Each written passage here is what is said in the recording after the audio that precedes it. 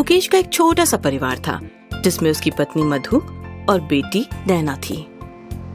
मुकेश एक truck driver था। वो अक्सर काम की वजह से घर से दूर ही रहता था, लेकिन महीने में 1-2 बार घर जरूर आता था। और आज मुकेश अपनी बेटी के लिए कुछ लाया है। अरे नैना, नैना!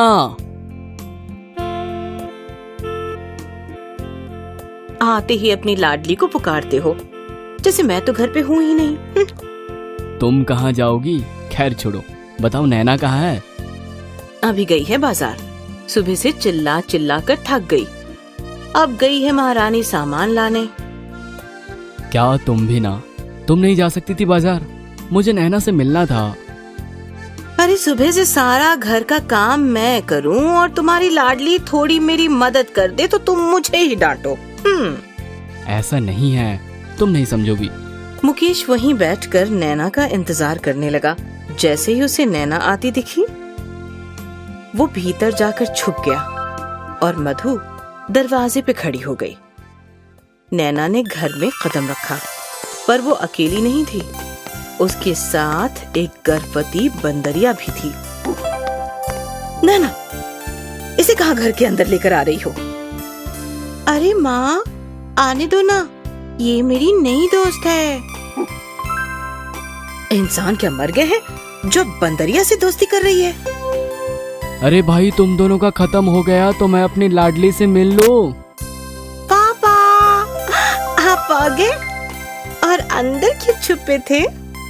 पापा, आप मेरे लिए क्या लाए? बताओ ना पापा, बताओ ना। अरे ठहर तो जरा, देता हूँ।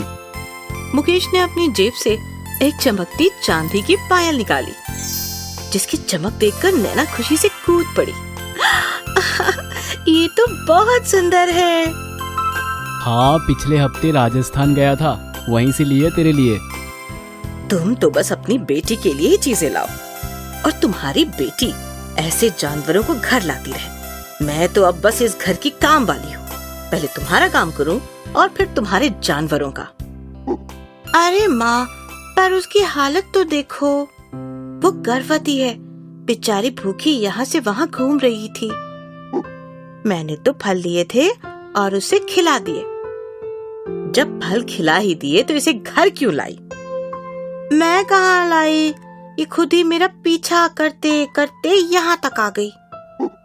फोए मेरी किस्मत। अब बस भी कर मधु, थोड़ा अनाज ये बंदरिया खा लेगी तो तेरा क्या जाएगा? वैसे भी किसी के पेट भरना पुण्य का काम होता है। वो तो ठीक है, पर अपनी लाडली को समझा दो कि ये बंदरिया घर के अंदर उधम न मचाए। ठीक है माँ। सारी अनबन खत्म होने के बाद मधु ने सबको खाना परोसा। नैना ने अपनी प्लेट में से 2 रोटियां उठाई और घर के बाहर बैठी बंदरिया को खिला दी। बस उस दिन से वो गर्भवती बंदरिया नैना के घर के आंगन में ही रहने लगी। नैना उसके लिए एक बर्तन में पीने का पानी रखा करती थी और उसे समय समय पर खाना भी खिलाया करती थी, क्योंकि बंदरिया ज्यादा उद्यम नहीं मचाती थी। इसीलिए धीरे धीरे वो मधु को भी भा गई थी। अब मधु खुद बंदरिया को खाना खिलाया करती थी। अक्सर वो गर्भवती बंदरिया नैना का पीछा करती। नैना जहाँ जहाँ जाती, वो बंदरिया भी उसके पीछे चली जाती। वो देख, नैना तेरी सहेली आ रही है, बंदरिया। हाँ हाँ, तुमसे तो अच्छी ही है, कम से कम हमेशा मेरे साथ तो रहती है।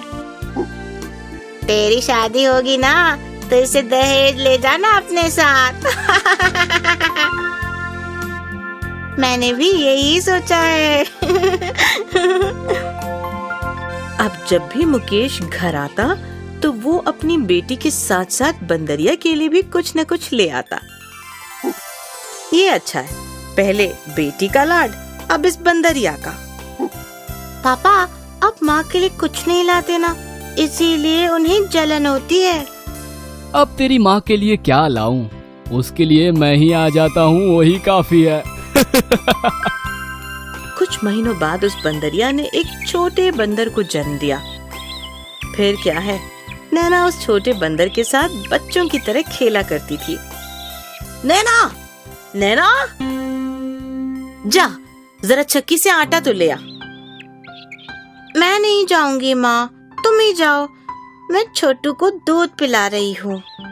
पहले ये बंदरिया, अब ये बंदर, बैठ ही रह, मैं ही जाती हूँ। वैसे तो बंदरिया अक्सर घर के बाहर ही रहती थी, पर ये छोटा बंदर इतना नटखट था कि वो घर में घुसकर उद्यम मचाया करता था, जिससे मधु परेशान हो जाया करती थी।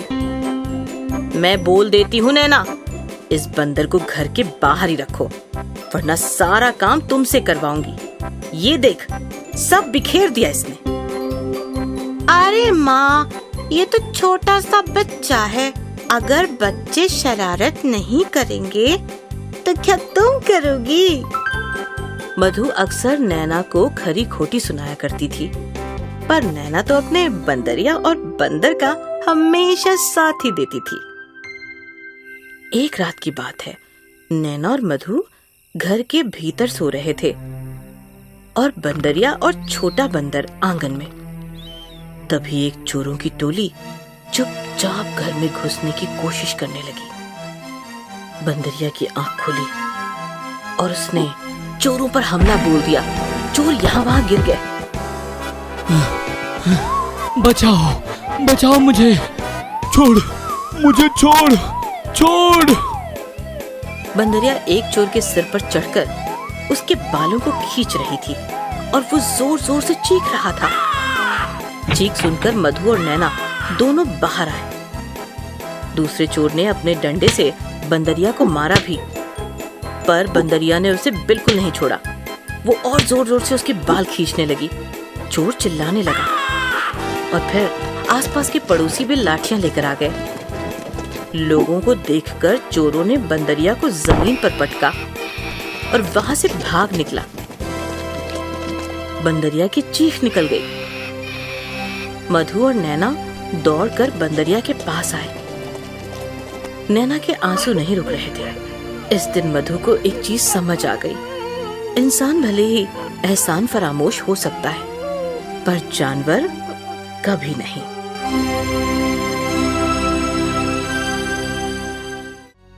मायापुरी नाम के गांव में बलदेव नाम का एक बहुत ही होनहार युवक था, जो अक्सर गांव वालों की मदद किया करता था। ये रहे काका आपकी सब्जियां और ये रहे खुले पैसे। अरे बेटा, कुछ पैसे तू भी रख ले, तेरे काम आएंगे। नहीं काका, जितना कमाता हूँ मैं उसी में खुश हूँ, आपके ही काम आएंगे पैसे। कुछ महीनों बाद गांव में लगातार 3 दिनों से बरसात हो रही थी। सारा गांव परेशान था। बलदेव अभी भी गांव वालों की मदद कर रहा था। अरे मौसी, मेरा हाथ पकड़ लो, मैं तुम्हें सुरक्षित जगह छोड़ दूंगा। 4 दिन हो गए और बारिश रुकने का नाम ही नहीं ले रही थी। अचानक आंधी तूफान आने लगा। हे भगवान, हमें बचा ले। एक घर में एक औरत फंस चुकी थी। घर में पानी भरने लगा था। कोई भी गांव वाला उसकी मदद को आगे नहीं आ रहा था। लेकिन तभी बलदेव सामने आया। उसने एक टूटे हुए लकड़ी के दरवाजे को नाव बना ली और एक दूसरी लड़की की मदद से वो नाव चलाने लगा। बच्चों, मुझे कोई बचाओ। बलदेव ने उस बूढ़ी औरत को बचा लिया। जुग जुग जियो बेटा, किसी ने मेरी मदद नहीं की, बस एक तुम ही मेरी मदद करने आए। भगवान करे तुम्हारी झोली हमेशा भरी रहे। जब बलदेव उस बूढ़ी औरत को सुरक्षित उसी जमीन पर छोड़ रहा था, तो उस बूढ़ी औरत ने बलदेव को रोक लिया।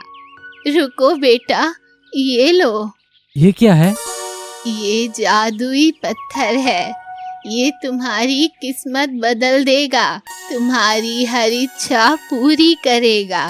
खुश रहो, हमेशा खुश रहो।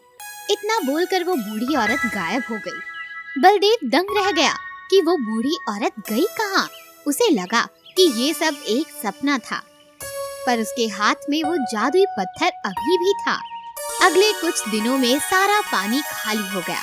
बलदेव और सभी गांव वाले अपने घर लौट गए। बलदेव अब भी उस पत्थर और उस बूढ़ी औरत के बारे में सोच रहा था। वो पत्थर को अच्छे से देख रहा था। आखिर इस पत्थर में ऐसा है क्या? और वो बूढ़ी औरत कहाँ गई? तब तभी बलदेव को लड्डुओं की सुगंध आने लगी। लगता है कोई मोतीचूर के लड्डू बना रहा है। काश कुछ मुझे भी मिल जाते। और बस अगले ही पल उसके दरवाजे पर खटखट हुई और एक छोटी बच्ची लड्डू लेकर आई। ये लड्डू मम्मी ने तुम्हारे लिए भेजा है। बोला है कि ये तुम्हें बहुत पसंद है। ये लो, खा लो। लड्डू देखकर बलदेव खुश हो गया। उसने बिना ज्यादा कुछ पूछे लड्डू खाना शुरू कर दिया और वो छोटी बच्ची वहाँ से चली गई। अरे छुटकी! पर वो बच्ची वहाँ से जा चुकी है। मैं तो पूछना ही भूल गया कि लड्डू भेजा किसने है। अगली बार पूछ लूंगा। अगले दिन बलदेव ने दूसरे बच्चों से पूछा। एक 8-9 साल की बच्ची है, गोल मटोल, जिसकी आंखें नीली है। कौन है वो? ऐसी तो कोई बच्ची इस गांव में नहीं है। शायद तुम्हें पता नहीं होगा। बलदेव ने बच्ची के बारे में कई और लोगों से पता किया, पर किसी को भी उस बच्ची के बारे में कुछ पता नहीं था। कुछ महीने बीत गए। इस किस्से को बलदेव भूल चुका था। अचानक एक दिन बलदेव की नजर वापस इस पत्थर पर पड़ी।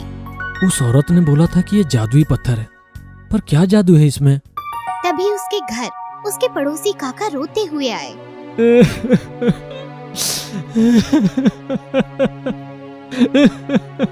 क्या हुआ काका, आप रो क्यों रहे हैं?